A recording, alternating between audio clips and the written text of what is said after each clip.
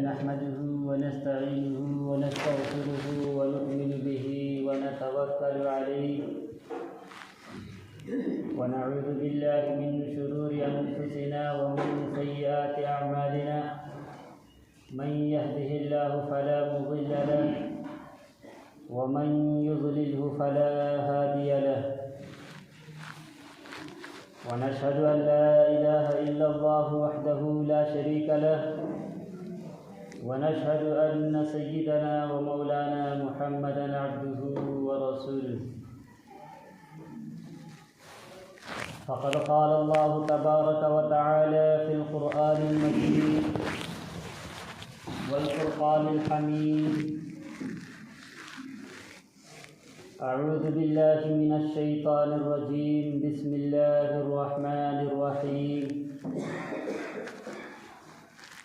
يا أيها الذين آمنوا اتقوا الله ولتنظر نفس ما قدمت لغد صدق الله العظيم. معزز و مکرم سامعین باتمکین، محترم بزرگوں، نوجوان ساتھیوں، پیارے بچوں،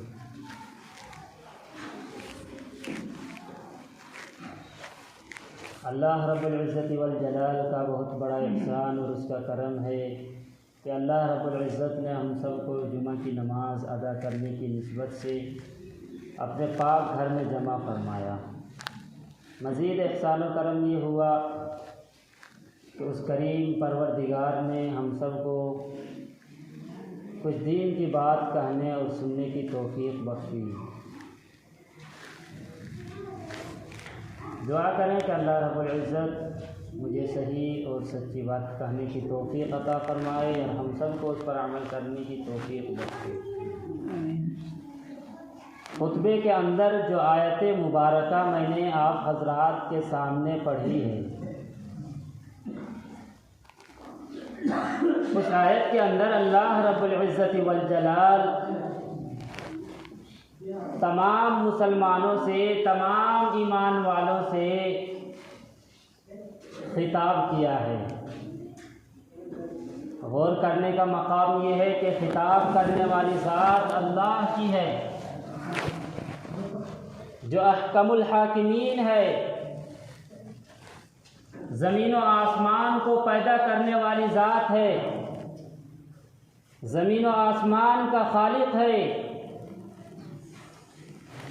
چاند، سورج، ستاروں کو روشنی بخشنے والی ذات ہے، بحر و بر کا مالک ہے، وہ اللہ کل کائنات کا مالک ہے. وہ ہم سے خطاب کر رہا ہے، فرما رہا ہے یا ایھا الذین آمنوا اتقوا اللہ، کہ اے ایمان والو اللہ سے ڈرو. ولتنظر نفس ما قدمت لغد، اور چاہیے کہ انسان غور کرے، سوچے کہ اس نے آنے والے کل کے لیے کیا تیاری کی ہے. اپنی زندگی کا جائزہ لے، اپنے نفس کا محاسبہ کرے. 24 گھنٹے کے اندر اس نے کتنے نیک اعمال کیے اور کتنے برے اعمال کیے، حساب لگائے. اپنی زندگی کا ایک گوشوارہ بنائے. آیا وہ اس دنیا میں رہ کر کے اپنی آخرت کی زندگی کو بنا رہا ہے، سنوار رہا ہے، یا اپنی آخرت کی زندگی کو برباد کر رہا ہے اور بگاڑ رہا ہے؟ اپنے نفس کا محاسبہ کرے، جائزہ لے،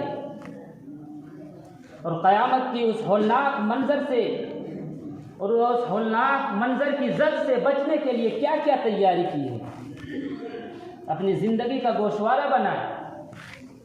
ایک معمولی سے معمولی مزدور، ایک معمولی سے معمولی کسان گوشوارہ بناتا ہے، حساب و کتاب لگاتا ہے کہ اس نے کتنے کی بیج لی، کتنے کا دانہ لیا، اور فصل کے اگانے تک اسے کتنی مزدوری دینی پڑی، اور پھر اسے کتنا فائدہ ہوا. ایک معمولی سے معمولی آدمی حساب لگاتا ہے، گوشوارہ بناتا ہے کہ اس کی گائے نے، اس کی بھینس نے کتنا دودھ دیا، اور ہم نے اس کو کتنا چارہ ڈالا، کتنے کا چوکر دیا۔ مادی چیزوں کا تو انسان حساب لگاتا ہے، مادی چیزوں کا تو انسان پابندی سے مضبوطی کے ساتھ حساب و کتاب لگاتا ہے، اور یہی سبب بھی ہوتا ہے اس کی ترقی کا کہ اگر نفع ہو جائے، فائدہ ہو جائے تو انسان بے پناہ خوش ہوتا ہے، اچھلنے لگتا ہے، کودنے لگتا ہے، خوشیاں مناتا ہے، اور اگر نقصان ہو جائے، خسارے میں چلا جائے، گھاٹا ہو جائے تو انسان تڑپنے لگتا ہے، انسان رونے لگتا ہے اور دعائیں کراتے پھرتا ہے، تعویذ لیے پھرتا ہے، ہزاروں طرح کے ہتھ کنڈے اپناتا ہے اور نہ جانے کیا کیا کرتا ہے۔ پھر انسان نے، پھر ایمان والوں نے یہ کیسے سوچ لیا کہ اللہ وہ کل کائنات کا مالک، وہ زمین و آسمان کا خالق، وہ سورج چاند ستاروں کو روشنی بخشنے والی ذات اللہ، اور اس کا یہ سارا نظام عالم چپ سادھے بیٹھا ہے؟ کیا وہ ہماری زندگی کا، ہمارے اعمال کا حساب نہیں لگا رہا؟ کیا وہ ہماری زندگی کا، ہمارے اعمال کا گوشوارہ نہیں بنا رہا ہے؟ یقیناً بنا رہا ہے، یقیناً ہمارے اعمال کا حساب لگوا رہا ہے۔ اسی لیے اللہ رب العزت نے قرآن حکیم کے اندر پہلے ہی اطلاع بھیج دی۔ اللہ رب العزت نے قرآن پاک کے اندر ارشاد فرمایا وَإِنَّ عَلَيْكُمْ لَحَافِظِينَ كِرَامًا كَاتِبِينَ يَعْلَمُونَ مَا تَفْعَلُونَ، کہ بلا شبہ ہم نے تمہارے اوپر نگراں مقرر کر رکھے ہیں جو تمہارے ہر عمل کو لکھ رہے ہیں، اور جو تم کرتے ہو وہ سب جانتے ہیں۔ میرا محترم بزرگ اور دوستو، اللہ رب العزت نے ہمارے نامہ اعمال لکھنے والے فرشتے کو پہلے ہی ہمارے اوپر منتخب فرما دیا ہے، پہلے ہی متعین کر دیا ہے، جو ہمارے ہر اعمال کو لکھ رہے ہیں، جو ہماری ہر حرکت پر نظر رکھے ہوئے ہیں، اور ہماری زندگی کا گوشوارہ بنا رہے ہیں۔ یہ گوشوارہ، یہ حساب و کتاب کا رجسٹر اور یہ اعمال نامہ کل قیامت کے دن اللہ رب العزت کے سامنے پیش کیا جائے گا۔ مگر افسوس کی بات یہ کہ جب آدمی کو اپنے نتیجے کا، اپنے نامہ اعمال کا نقصان ہونا اور خسارہ ہونا معلوم ہوگا تو اس وقت انسان کچھ نہ کر سکے گا۔ اسی لیے اللہ رب العزت نے ارشاد فرمایا وَالْعَصْرِ إِنَّ الْإِنسَانَ لَفِي خُسْرٍ إِلَّا الَّذِينَ آمَنُوا وَعَمِلُوا الصَّالِحَاتِ، کہ قسم ہے زمانے کی، تمام انسان گھاٹے میں ہیں، تمام کے تمام انسان خسارے میں ہیں، ٹوٹے میں ہیں، مگر جس نے اعمال صالح کر لی۔ اس لیے میرے محترم بزرگوں، اپنی زندگی کا جائزہ لو، اپنے نفس کا محاسبہ کرو، اپنے اعمال کا گوشوارہ بناؤ۔ اللہ کی اس دھرتی پر، اللہ کی اس سرزمین پر صحابہ کرام سے زیادہ دین کی فکر کرنے والا اور دین کی خاطر صحابہ کرام سے زیادہ قیمتی سے قیمتی اور بڑھ چڑھ کر قربانی دینے والا کون ہو سکتا ہے؟ مگر وہ پھر بھی سب سے زیادہ اپنے نفس کا محاسبہ کرتے تھے، اپنی زندگی کا جائزہ لیتے تھے۔ انہوں نے اپنی زندگی کے اوقات کو اللہ رب العزت کے احکام کی پیروی کے لیے تقسیم کر رکھے تھے۔ وہ ہر دن نہیں بلکہ ہر لمحہ اور ہر گھڑی، ہر آن اپنے نفس کو ٹٹولتے رہتے تھے۔ ان پر آخرت کے اعتبار سے بڑی فکر سوار رہتی تھی۔ حالانکہ اللہ اور اس کے رسول کے یہاں صحابہ کرام کا بڑا مقام تھا۔ اللہ رب العزت نے پہلے ہی قرآن میں فرما دیا تھا رضی اللہ عنہم ورضوا عنہ، کہ اللہ اس سے راضی ہو گیا اور یہ اللہ سے راضی ہو گئی۔ مگر وہ پھر بھی اپنے نفس کا محاسبہ کرتے تھے، اپنی زندگی کا جائزہ لیتے تھے۔ وہ ہر دم اپنے نفس کو ٹٹولتے رہتے تھے کہ اس نے کیا اعمال کیے اور کیا نہیں کیے، اپنی زندگی کو کہاں گنوا رہے ہیں، کیا اعمال کر رہے ہیں، آیا ہم اپنی آخرت کو برباد کر رہے ہیں یا ہم آباد کر رہے ہیں۔ ایک مرتبہ دیکھا گیا کہ حضرت حنظلہ رضی اللہ تعالی عنہ روتے ہوئے راستے میں چلے جا رہے ہیں، بڑے پریشان ہیں۔ راستے میں حضرت ابو بکر صدیق رضی اللہ تعالی عنہ سے ملاقات ہو گئی۔ راستے میں حضرت ابو بکر مل گئے۔ حضرت ابو بکر نے حضرت حنظلہ سے پوچھا، فرمایا کہ بھائی حنظلہ کہاں جا رہے ہو، کیوں رو رہے ہو، کیوں اتنے پریشان ہو؟ حضرت حنظلہ نے فرمایا کہ اے ابو بکر، حنظلہ تو منافق ہو گیا۔ کیا فرمایا؟ کہ اے ابو بکر، حنظلہ تو منافق ہو گیا۔ حضرت ابو بکر نے فرمایا سبحان اللہ، کیا بات کہہ رہے ہو؟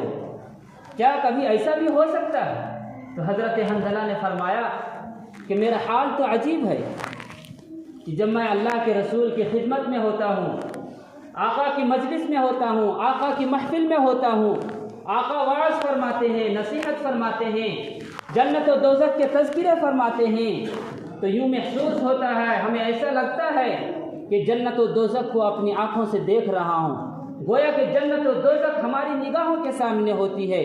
اور جب آقا کی محفل سے، آقا کی مجلس سے اور آپ کی خدمت سے ہم چلے جاتے ہیں، اپنے گھر پہنچتے ہیں، اپنے بیوی بچوں کے ساتھ ہوتے ہیں، اپنے اہل و عیال کے ساتھ ہوتے ہیں، اپنے دوست احباب کی محفل میں ہوتے ہیں، تو یہ کیفیت ختم ہو جاتی ہے اور دنیا کے تذکروں میں پڑھ کر کے آخرت کے تذکرے کو بھول جاتا ہوں۔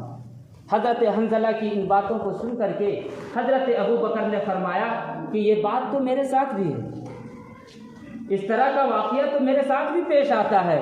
چنانچہ دونوں کے دونوں رحمت دو عالم سرور کونین صلی اللہ تعالی علیہ وسلم کی خدمت میں پہنچے۔ آقا کی خدمت میں پہنچ کر کے حضرت حنظلہ نے فرمایا کہ اللہ کے رسول صلی اللہ علیہ وسلم، حنظلہ تو منافق ہو گیا۔ آقا نے پوچھا، آقا نے فرمایا کہ کیا بات ہوئی؟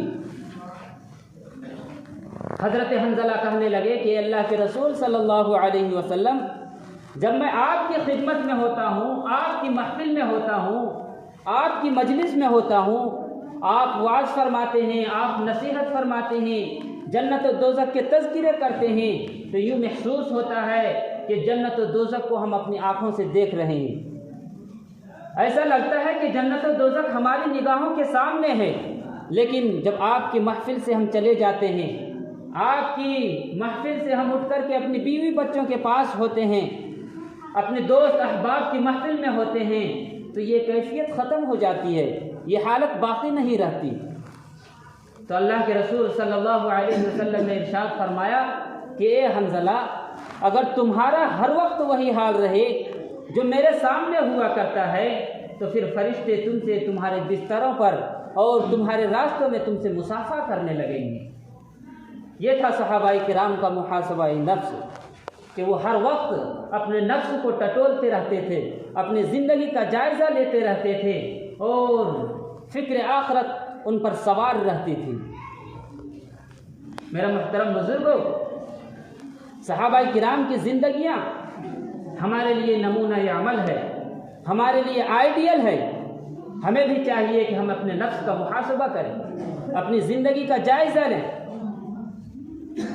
جب ہم اپنے نفس کا محاسبہ کریں گے، اللہ کے احکام پر عمل کریں گے، اللہ کے نبی کے بتائے ہوئے طریقے پر چلیں گے، تو ظاہر ہے کہ ہمیں نفس کے خلاف کام کرنا پڑے گا، ہمیں نفس کے خلاف چلنا پڑے گا۔ اور جب ہم نفس کے خلاف چلیں گے، نفس کے خلاف کام کریں گے، اللہ کے احکام پر عمل کریں گے، نبی کے بتائے ہوئے طریقے پر چلیں گے، تو ہو سکتا ہے کہ ہمیں پریشانیوں کا، تکلیفوں کا، مصیبتوں کا اور مشقتوں کا سامنا کرنا پڑے، مگر یاد رکھیے یہ تکلیف، یہ مصیبتیں، یہ مشقتیں آخرت کی تکلیف اور مصیبت کے مقابلے میں کوئی حیثیت نہیں رکھتے۔ اسی لیے اللہ رب العزت نے ارشاد فرمایا کہ وَلْتَنْظُرْ نَفْسٌ مَّا قَدَّمَتْ لِغَدٍ، کہ انسان کو چاہیے کہ وہ اپنے کیے دھرے پر غور کرے، اپنے اعمال پر غور کرے، اپنی زندگی کا جائزہ لے کہ وہ کیا کر رہا ہے، کیونکہ انسان خود کو چاہے جتنا بھی چھپا لے، مگر اللہ کی یہ دھرتی، اللہ کی یہ زمین، اللہ کا یہ آسمان اور فرشتے اور دن و رات، یہ سب کے سب انسان سے متعلق گواہی دیں گے، سب کے سب انسان سے متعلق گواہی دیں گے۔ اور جہاں اتنے سارے گواہ ہوں، بتائیے پھر انسان کا کون سا عمل چھپا رہ سکتا ہے؟ چنانچہ جس نے اللہ کی اس دھرتی پر، اللہ کی اس سرزمین پر نیک اعمال کیے ہوں گے، نمازیں پڑھی ہوں گی، اللہ کی عبادت کی ہوگی، اللہ کے سامنے اپنا سر جھکایا ہوگا، اپنا ماتھا ٹھیکا ہوگا، تو یہ زمین کل قیامت کے دن اس کے حق میں سفارش کرے گی، یہ زمین اس انسان سے متعلق گواہی دے گی۔ چنانچہ زمین عرض کرے گی کہ اے بار الہا، اس نے میری پشت پر نماز پڑھی، روزے رکھے، حج کیے، تیرے راستے میں جہاد کیا۔ یہ سن کر کے جو زاہد و عابد شخص ہوگا، اللہ کا مطیع اور فرمانبردار شخص ہوگا، وہ خوش ہو جائے گا۔ اور جنہوں نے اللہ کی اس دھرتی پر، اللہ کی اس سرزمین پر اللہ کی نافرمانیاں کی ہوگی، اللہ کے ساتھ کسی کو شریک ٹھہرایا ہوگا، زنا کیا ہوگا، چوری کی ہوگی، ڈکیتی کی ہوگی، شراب پی ہوگی، تو یہ زمین کل قیامت کے دن اس کے خلاف گواہی دے گی۔ چنانچہ زمین عرض کرے گی کہ اے بار الہا، اے پروردگار عالم، اس نے میری پشت پر تیری نافرمانیاں کی، تیرے سجدوں سے انکار کیا، اس نے میری پشت پر زنا کیا، چوری کی، شراب پی، حرام کھایا، یتیموں کا مال کھایا، بیواؤں کا حق دبایا، کمزوروں پر ظلم کیا، پھر اس کے لیے بربادی ہی بربادی ہوگی۔ اور پھر انسان کے جو اعضائے جوارح ہیں، انسان کے باڈی کے جو پارٹ ہیں، یہ سب کے سب کل قیامت کے دن انسان کے خلاف گواہی دیں گے۔ اللہ رب العزت نے قرآن پاک کے اندر بڑا ہی عجیب نقشہ کھینچا ہے کہ الیوم نختم علی افواہہم، کہ جس دن ہم ان کے منہوں پر مہر لگا دیں گے۔ مہر لگا دینے سے مراد ان کے منہ کو بند کر دیں گے۔ وتکلمنا ایدیہم، اور ہم سے بات کرے گی ان کی ہاتھیں، ان کے ہاتھ۔ وتشہد ارجلہم، اور گواہی دیں گے ان کے پیر، بما کانوا یکسبون، ان اعمال کا جو وہ دنیا میں کیا کرتے تھے۔ چنانچہ ہاتھ کہیں گے کہ اے پروردگار عالم، اس نے مجھ سے چوری کروائی، اس نے مجھے بیجا استعمال کیا، اس نے میرے ذریعے سے گناہ کیا، یتیموں کا اور بیواؤں کا مال کھایا، کمزوروں پر ظلم کیا، پڑوسیوں کا حق دبایا۔ پیر کہیں گے کہ اے پروردگار عالم، اس نے میرے ذریعے سے چل کر کے گناہ کی طرف گیا۔ زبان کہے گی کہ اے پروردگار عالم، اس نے میرے ذریعے سے جھوٹ بلوایا۔ اور نہ جانے قیامت کے دن کتنے سارے گواہ آ کر کے کھڑے ہو جائیں گے۔ اب آپ ہی ذرا انصاف کے ساتھ بتائیے کہ جہاں اتنے سارے گواہ ہوں، وہاں انسان کا کون سا عمل چھپا رہ سکتا ہے؟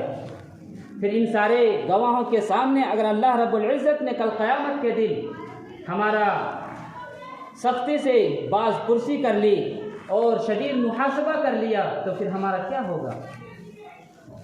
آج ہمارا حال یہ ہے کہ ہم بے فکری اور غفلت کی زندگی گزار رہے ہیں، ایسی اپنی زندگی کو جی رہے ہیں جیسے ہم سے کوئی پوچھنے والا نہیں۔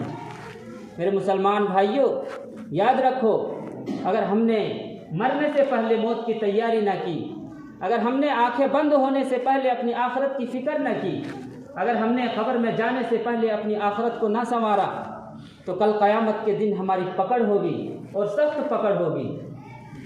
اس لیے ابھی مہلت ہے، اللہ رب العزت نے ہمیں زندگی عطا کی ہے، اللہ رب العزت نے ہمیں ابھی وقت دیا ہے۔ وقت کو غنیمت سمجھیں، زندگی کو غنیمت سمجھیں، اور اللہ کے در میں آئیں، اللہ کے سامنے رو رو کر کے اپنے گناہوں سے معافی مانگیں۔ وہ غفور الرحیم ہے، ارحم الراحمین ہے، وہ ہمارے گناہوں کو معاف فرما دے گا۔ ناچ گانے اور دیگر خرافات کی مجلسوں کو چھوڑیں۔ اللہ رب العزت نے یہ دو پیر ہمیں اس لیے نہیں دیے کہ ہم اس کے ذریعے سے ناچیں، ہم اس کے ذریعے سے گناہوں کی طرف چل کر کے جائیں۔ اللہ رب العزت نے ہمیں یہ دو پیر اس لیے دیے ہیں تاکہ ہم اس کے ذریعے سے چل کر کے اللہ کے گھر میں آئیں اور اللہ کے سامنے سر جھکا سکیں۔ اللہ نے ہمیں یہ دو پیر اس لیے نہیں دیے کہ ہم اس کے ذریعے سے ناچیں، بلکہ اللہ نے ہمیں یہ دو پیر اس لیے دیے ہیں تاکہ ہم اپنے گھروں سے اس پیر کے ذریعے سے نکل کر کے حلال روزی کی تلاش کے لیے چلیں۔ اللہ نے ہمیں یہ دو ہاتھ اس لیے نہیں دیے کہ ہم اس کو بے جا استعمال کریں، ہم اس کے ذریعے سے یتیموں بیواؤں کا مال ہڑپیں، کمزوروں پر ظلم کریں اور پڑوسیوں کو ستائیں۔ اللہ نے یہ ہاتھ ہمیں اس لیے دیے ہیں تاکہ ہم اس کے ذریعے سے حلال رزق کما سکیں۔ اللہ نے ہمیں یہ دو ہاتھ اس لیے دیے ہیں تاکہ ہم کمزوروں کے ہاتھ میں ہاتھ ڈال کر کے اس کا سہارا بن جائیں۔ اللہ نے ہمیں یہ جوانی، یہ طاقت اس لیے نہیں دیے تاکہ ہم دوسروں کو ستائیں اور دوسروں پر ظلم کریں، بلکہ اللہ نے ہمیں یہ جوانی اور یہ عمر اور یہ زندگی ہمیں اس لیے دی ہیں تاکہ ہم اس کی عبادت کر سکیں۔ اور اللہ رب العزت نے قرآن پاک کے اندر تخلیق انسان کا مقصد بڑے ہی صاف انداز میں ارشاد فرما دیا ہے کہ وَمَا خَلَقْتُ الْجِنَّ وَالْإِنسَ إِلَّا لِيَعْبُدُونَ، کہ ہم نے جن و انس کو محض اپنی عبادت کے لیے پیدا کیا ہے۔ اس لیے میرے محترم بزرگوں اور دوستوں، بے فکری اور غفلت کی زندگی کو بالائے طاق رکھ کر اللہ کے در میں آئیں، اپنے اعمال کو سنواریں، اپنے اندر اخلاص پیدا کریں، نمازوں کا اہتمام کریں، نمازوں کی پابندی کریں اور بے فکری اور غفلت کی زندگی کو بالائے طاق رکھ دیں۔ کہیں ایسا نہ ہو کہ اسی بے فکری اور غفلت کی زندگی میں قیامت کا وہ ہولناک منظر سامنے آ جائے جس کے بارے میں اللہ رب العزت نے ارشاد فرمایا اذا الشمس كورت، کہ جب سورج بے نور ہو جائے گا، وَإِذَا النُّجُومُ انْكَدَرَتْ، اور ستارے ٹوٹ ٹوٹ کر گرنے لگیں گے، وَإِذَا الْجِبَالُ سُيِّرَتْ، اور پہاڑ ہانکے جائیں گے، وَإِذَا الْعِشَارُ عُطِّلَتْ، اور جب 10 ماہ کی گابھن اونٹنی کھلا چھوڑ دیا جائے گا۔ یہ عرب کے اعتبار سے ہے، عرب کے لوگ اونٹ پالا کرتے تھے۔ اب جانتے ہیں آج کل ہمارے دیہات میں اور ہمارے طرف یہ ماحول ہے کہ گائے اور بھینس پالتے ہیں۔ جب گائے اور بھینس بچہ دینے کے قریب ہوتی ہے تو ہم اس کا کتنا خیال کرتے ہیں، کتنی اس کی دیکھ بھال کرتے ہیں اور کس طریقے سے اس کو چارہ ڈالتے ہیں۔ تو اللہ رب العزت فرما رہے ہیں کہ جب 10 ماہ کی گابھن اونٹنی کو کھلا چھوڑ دیا جائے گا، کوئی فکر نہ ہوگی اس کو اس کے بارے میں۔ وَإِذَا الْبِحَارُ سُجِّرَتْ، اور جب سمندر کو بھڑکایا جائے گا، وَإِذَا النُّفُوسُ زُوِّجَتْ، اور جب وہ انسانوں کو جوڑے بنائے جائیں گے، وَإِذَا الْمَوْءُودَةُ سُئِلَتْ، اور جب زندہ درگور کی ہوئی بچیوں کو سوال کیا جائے گا بِأَيِّ ذَنبٍ قُتِلَتْ، تمہیں کس جرم کے بدلے میں زندہ درگور کیا گیا،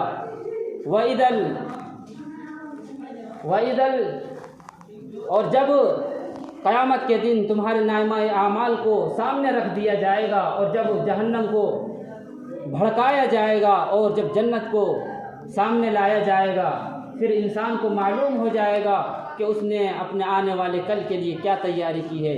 اس لیے میرے محترم بزرگوں، ہمیں موت سے پہلے موت کی تیاری کر لینی چاہیے، اور ہمیں چاہیے کہ اگر ہم نے گناہ کیے ہیں تو اللہ کے در میں آئیں اور اللہ کے در میں آ کر کے اللہ کے سامنے اپنے ہاتھ کو اٹھا کر کے روئیں اور اپنے گناہوں سے معافی کریں۔